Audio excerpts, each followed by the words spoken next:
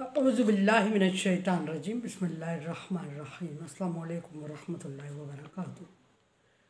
सूरह फुरकान है मेरे सामने और सूरह फुरकान की आयत नंबर 59 है, पारा नंबर 19 है और रुकू नंबर 3 चल रहा है। आयत नंबर 58 में अल्लाह तबारक व तआला ने नबी सल्लल्लाहु अलैहि वसल्लम को हिदायत फरमाई और ये बात मैं बारहा जिक्र कर चुकी हूँ, लेकिन कल जिक्र करना भूल गई कि अल्लाह तबारक व तआला का ख़ताब जहाँ नबी सल्लल्लाहु अलैहि वसल्लम से या किसी भी वक्त के नबी से होता है तो वहाँ उस ख़ताब में वो उम्मत भी शामिल होती है। बिल्कुल इसी तरह अल्लाह तबारक व तआला ने अगर यहाँ नबी सल्लल्लाहु अलैहि वसल्लम को अल्लाह पर भरोसा, सिर्फ़ अल्लाह ही पर भरोसा करने का हुक्म दिया है तो उम्मत के लिए भी वही हुक्म है।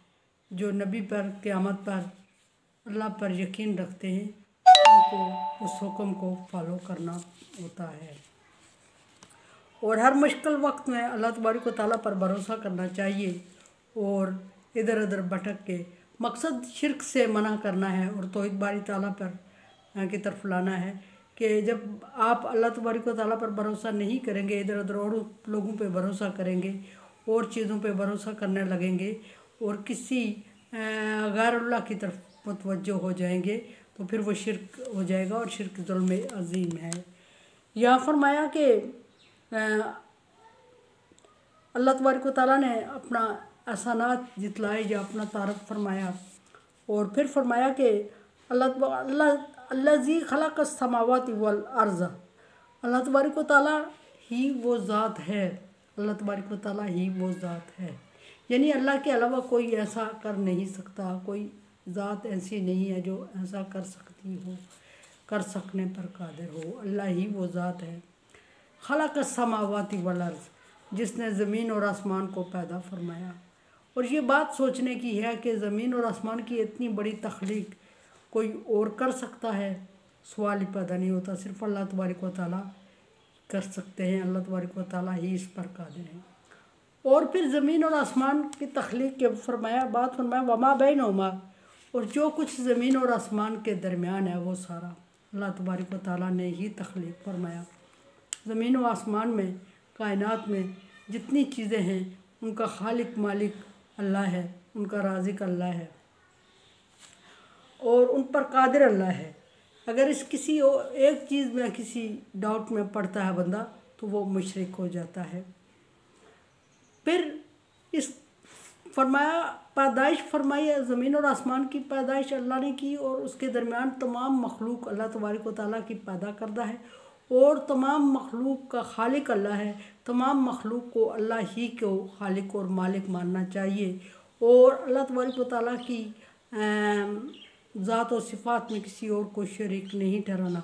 ख़ुसूसन इंसान को हुक्म है, ये शिरक का जो अलमिया है ये इंसान के साथ चला आ रहा है।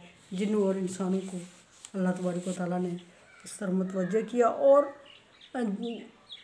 फिर एक टाइम ज़िक्र फरमाया कि ये ज़मीन और आसमान इतनी बड़ी अल्लाह तबारक व तआला की तख्लीक है।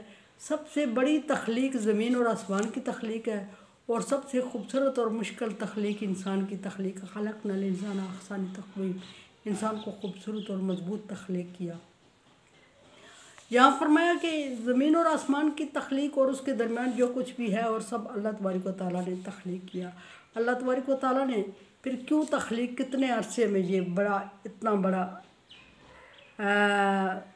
प्रोजेक्ट मुकम्मल हुआ होगा। फरमाया कि सित्ता अय्याम, 6 दिन लगे सारी इसमें। और 6 दिन क्यों लगे? क्या अल्लाह तबारक व तआला के पास फोर्स नहीं थी? क्या अल्लाह तबारक व तआला के पास कारीगर नहीं थे? क्या अल्लाह तबारक व तआला किसी फोर्स और कारीगर का मोहताज है? क्या अल्लाह तबारक व तआला किसी से काम करवाने का मोहताज था? क्या कारीगर कहीं गायब हो गया था? क्या मज़दूर और मिस्त्री नहीं मिल रहे थे? नहीं, अल्लाह तबारक व तआला इन चीज़ों से मुबर्रा है। अल्लाह तबारक व तआला बेनियाज़ है, समद है, उसको इन चीज़ों के, इन लवाज़मात के, इन सहारों की ज़रूरत नहीं है। वो कुन के फ़याकून हो जाए। लेकिन उसने 6 दिन क्यों लगाए? 6 दिन इसलिए लगाए कि अल्लाह तबारक व तआला حکمت سے کام کرنے کا عادی ہے اور جلد بازی کا قائل نہیں، اور یہی حکمت اس نے انسان کو بھی سکھائی۔ اللہ تبارک و تعالیٰ فرمائے کن ہو جا فیکون، ہو جائے، سارا کام ہو جائے، لیکن اللہ تبارک و تعالیٰ نے اس کو ٹائم دیا اور 6 دن لگائے۔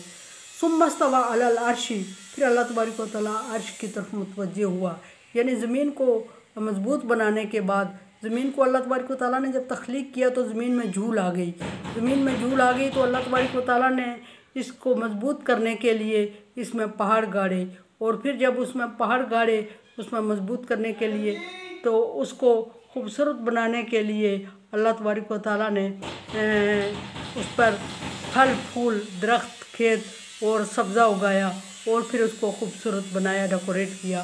ثم استوى علی العرش، پھر اللہ تبارک و تعالیٰ آسمان کی طرف متوجہ ہوا، اور آسمان کی طرف متوجہ ہونے کا مطلب یہ ہے کہ آسمان کا کام سنبھالا اور 7 آسمان تہ بتہ بنائے، یعنی کہ آسمان کی مضبوطی کی طرف اشارہ ہے کہ 7 برجوں میں، 7 پشتوں میں، 7 تہوں میں اللہ تبارک و تعالیٰ نے آسمان کو تخلیق کیا، اور جب آسمان کو تخلیق کیا اور پھر اس کو ستاروں اور چاند سورج تاروں کے ساتھ مزین اور ڈیکوریٹ کیا اور انسان کے خوبصورتی کا سامان بنایا، انسان کے لیے آسمان کو چھت بنایا اور اس چھت کو خوبصورت بنایا، اور زمین کو فرش بنایا اور اس کو خوبصورت اور مضبوط بنایا، چھت بنایا اور چھت کو خوبصورت اور مضبوط بنایا۔ الرحمن، اللہ تبارک و تعالیٰ بہت مہربان ہے، اور بہت مہربان ہے اگر تو اپنے بندوں پر ظلم نہیں کرتا۔ قیامت کے دن اللہ تبارک و تعالیٰ صرف مومنوں پہ رحم کرے گا۔ دنیا میں اللہ تبارک و تعالیٰ مومن اور کافر ہر ایک پر مہربان ہے اور ہر ایک کے لیے رحم کا جذبہ رکھتا ہے۔